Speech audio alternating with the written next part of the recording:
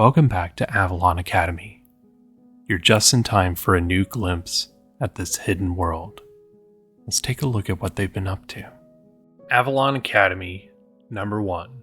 Outsider, Abigail. Abby peeked around the corner of the old Grayson Mill building just outside of the city. Two figures, a young man and a young woman, stood in front of a doorway that stood alone from the rubble that surrounded it. They were chatting excitedly, though she couldn't quite hear what they were saying. The two were strangely dressed, especially for this end of town. The girl wore a yellow silk robe, or coat, with intricate embroidery over a fine white blouse and a brown vest and skirt. When the girl had passed Abby before, she could make out some strange, unrecognizable markings along the hemline.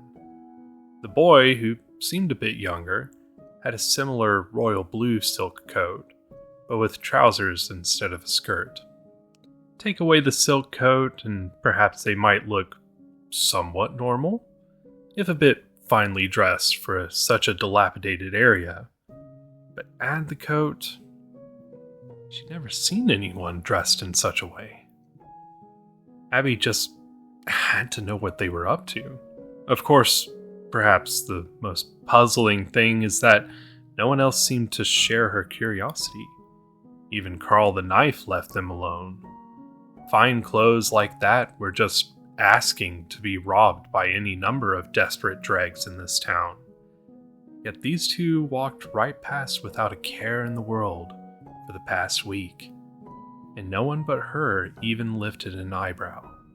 The girl took out a long, thin metal rod from her purse, showing it off to the boy, who marveled at it.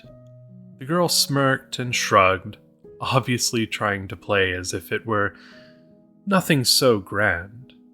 But Abby could see from even as far away as she was that how the girl smiled and held the rod told how she really felt.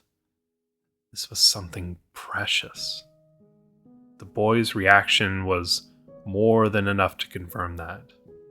Suddenly, they drew out their pocket watches, gold casings glinting in the slowly growing sunlight from above, and the two locked eyes.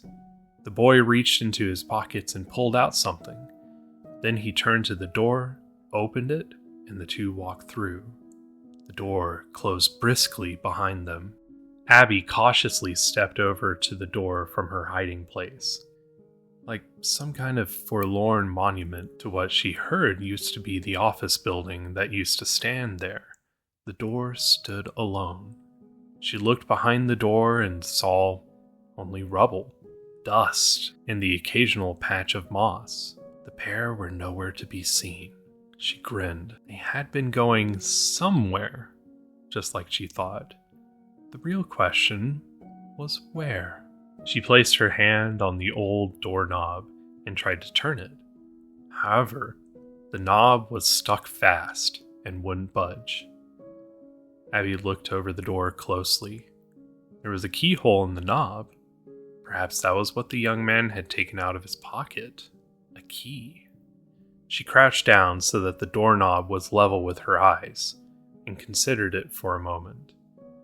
Something told her that even if she could pick the lock, it wouldn't make a difference. Forcing the lock open seemed a bad choice as well. The door frame looked to stand precariously as it was, robbed of a wall to hold it. Abigail sighed, standing back up straight. She had seen the pair coming here for the past week talking about wild, magnificent things. She thought it strange that she couldn't find them again until they left at night. Now she understood why. It should feel bizarre to find out that they were stepping through a door to, well, she couldn't say where. Wherever it went, it wasn't where it should be going. The other side of a ruined building. Wherever it went, it was anywhere but here. perhaps she could sneak in when they came tomorrow? She wasn't sure how, short of some sort of confrontation. Something inside her told her to try the door again. It was a silly thought. Doorknob wouldn't budge at all. Still, she decided to indulge the thought. Her thin fingers wrapped around the cold, corroded brass knob, and she tried to turn it. But unlike before, the knob twisted, slid the bolt out of the frame, and the door swung open. A cool, earthy breeze breathed out of the door as it opened. Through the threshold, she could see a smooth stone corridor with a bright light at the end. With the door still opened, she looked around the door from the outside again. There was nothing behind the door but open air and a pile of rubble. She came back to the opening, checking to make sure she hadn't imagined what she saw before. Yet there was the stone corridor that shouldn't exist.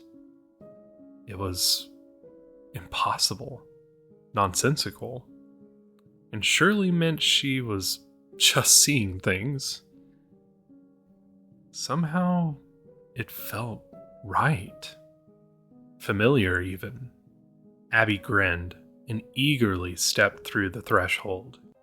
It took a moment for her eyes to adjust to the relative gloom of the corridor. She looked back just in time to see the door slam itself shut, and then fade into the stone wall that held it on this side. She couldn't help but chuckle. It would seem she was well past the point of no return.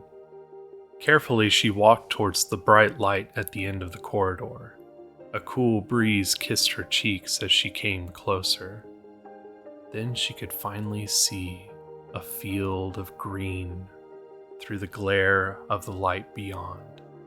Abigail took her first step into the new land and was overcome with wonder at the sight before her. She stood in a vast, rolling grassland dotted with what looked to be old stone buildings or ruins littered about the territory.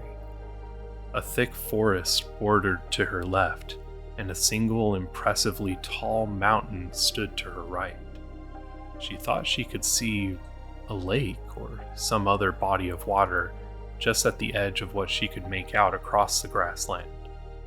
She turned around and was confronted with an imposing cliff face. Various cutouts and reliefs could be seen in the gray stone.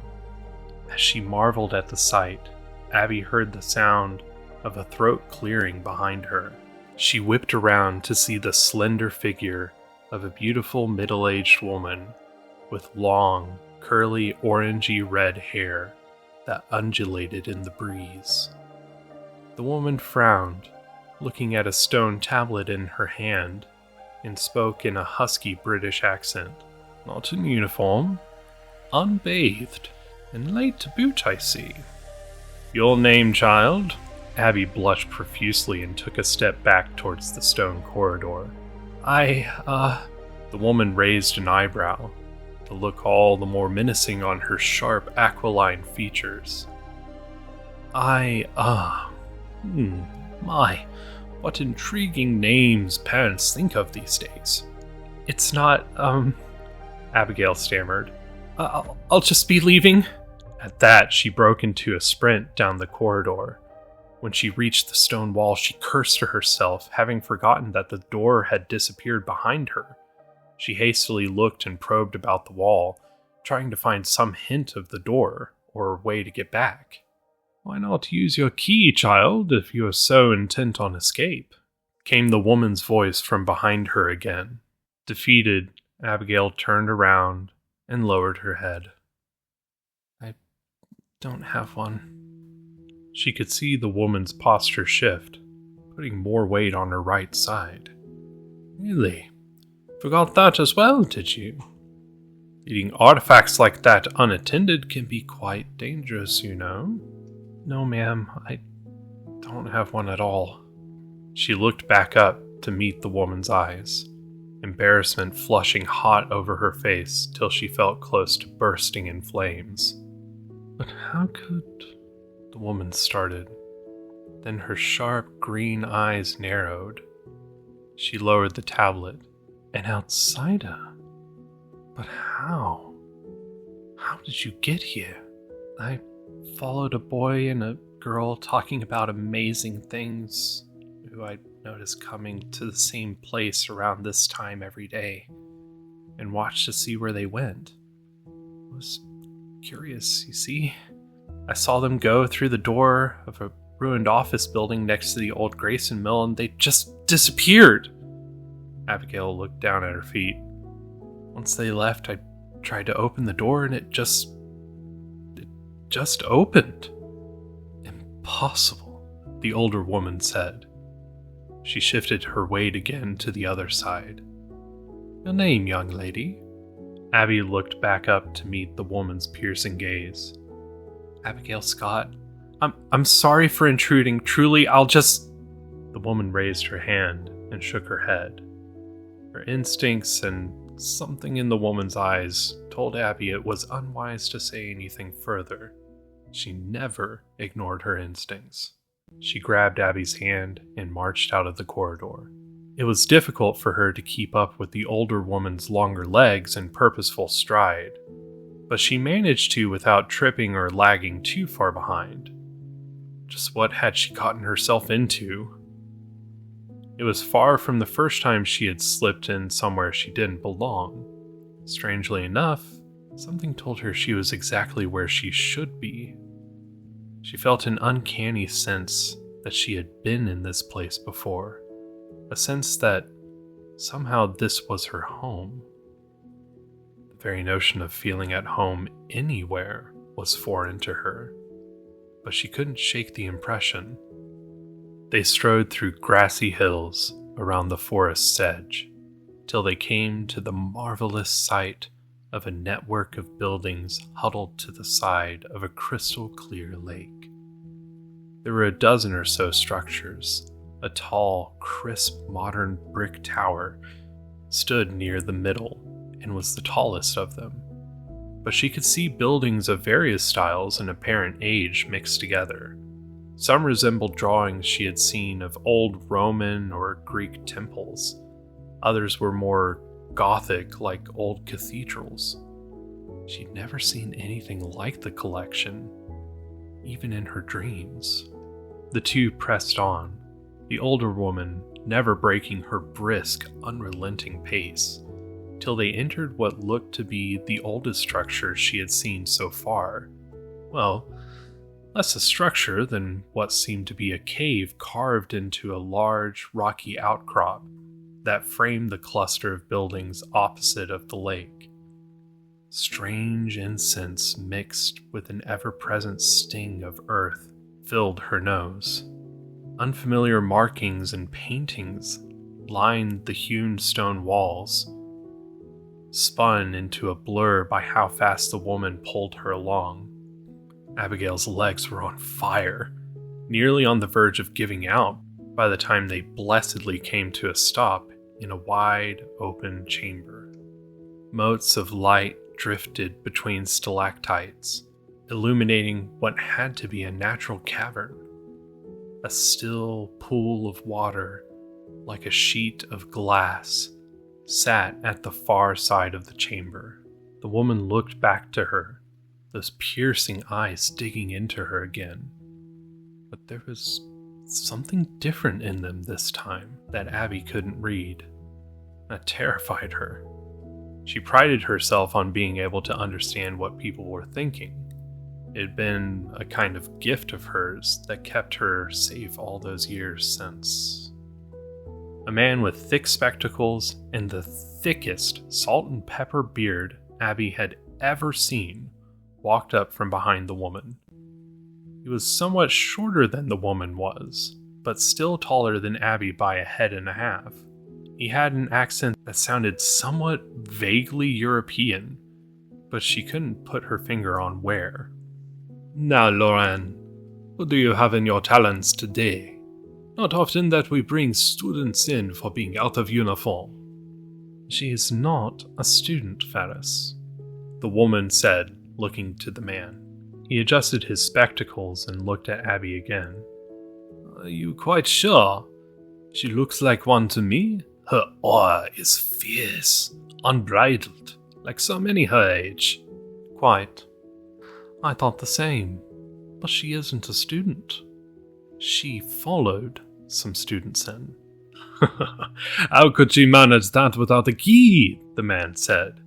His dark cloud of a beard completely obscured his mouth, making it seem as though the wiggling of the beard itself was what produced his words. Exactly my question, Ferris, the woman whom the man had called Lauren said. Another voice came from behind in an unidentifiable accent. Unless she was let in by the three. Abigail whipped her head around to see a cleanly shaven man with coppery skin that had a metallic sheen to it. Nonsense! Something like that hasn't happened in centuries. There's no need. They've directed us to enroll likely prospects since, what, the First Crusade? Ferris remarked.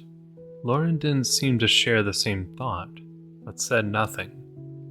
That unreadable look was in her eyes as she looked back to Abby. Then she smiled?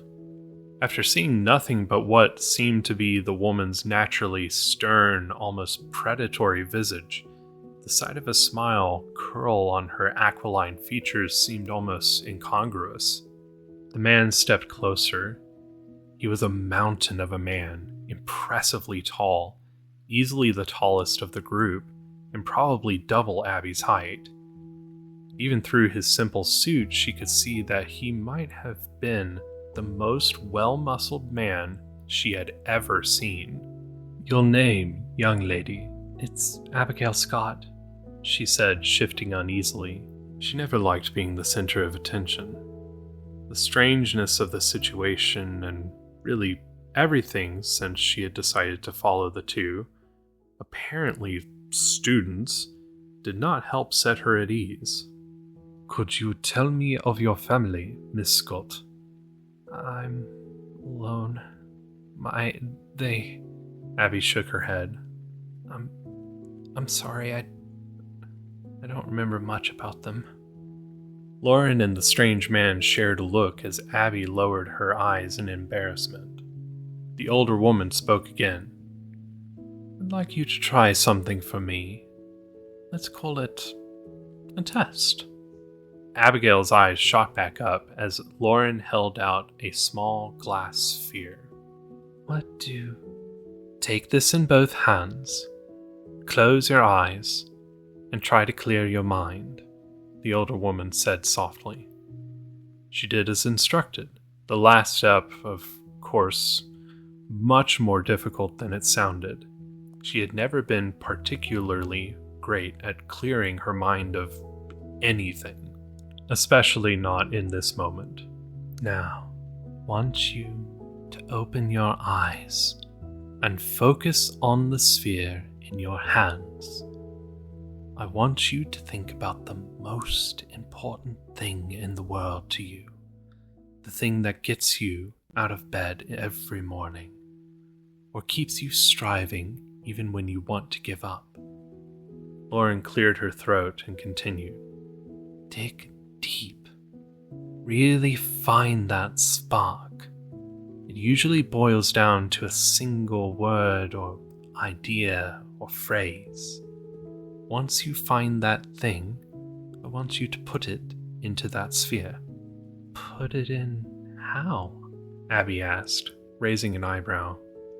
Lauren smiled warmly, in a way that seemed to instantly ease her anxiety. You will know how, or you won't. It's as simple as that. How will I know if it worked? Oh, that. Lauren grinned. Believe me, there will be no doubt. Abby looked back at the sphere, confused but intrigued. What was the most important thing to her? Survival?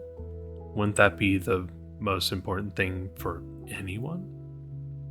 No, people did things every day that was contrary to their survival.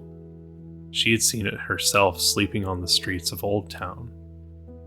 No, survival was just an easy answer. If survival was the most important thing to her, why would she waste her time following those students when she could have been trying to get enough money to eat? What was the most important thing to her? Why would she do something that would run against her survival? What did she want from that? What did she hope for in stepping through that door? Change. The word ripped through her like a gust of wind, blasting away stale air. That was what she desired more than anything else. To change. To get away from the life she had been living. To be something more. Suddenly she could feel the thought coursing through her veins, pushing her forward. But forward to where? Her eyes locked onto the sphere, and in that moment, she understood. Abigail pushed the idea into the sphere with her raw desire and hopes. And before her eyes, the sphere sparked into life. A roiling, surging cloud filled the inside of the sphere, twisting and contorting into a cyclone that, somehow, she knew represented change. She looked up to the older woman, and Lauren smiled. Congratulations, my newest elementalist. I'd like to be the first to invite you to study at Avalon Academy of the Arcane. She extended her hand out to Abigail. How would you like to learn how to use magic? I hope you've enjoyed this introduction to my new short story series, Avalon Academy. What are you excited for? Let me know in the comments or on social media. Don't forget to spread the word and share the site and the show with your friends. If you would prefer to read this series, check out my Substack in the link below. I provide both a text and audio version of this series, so you can enjoy it the way that you want to.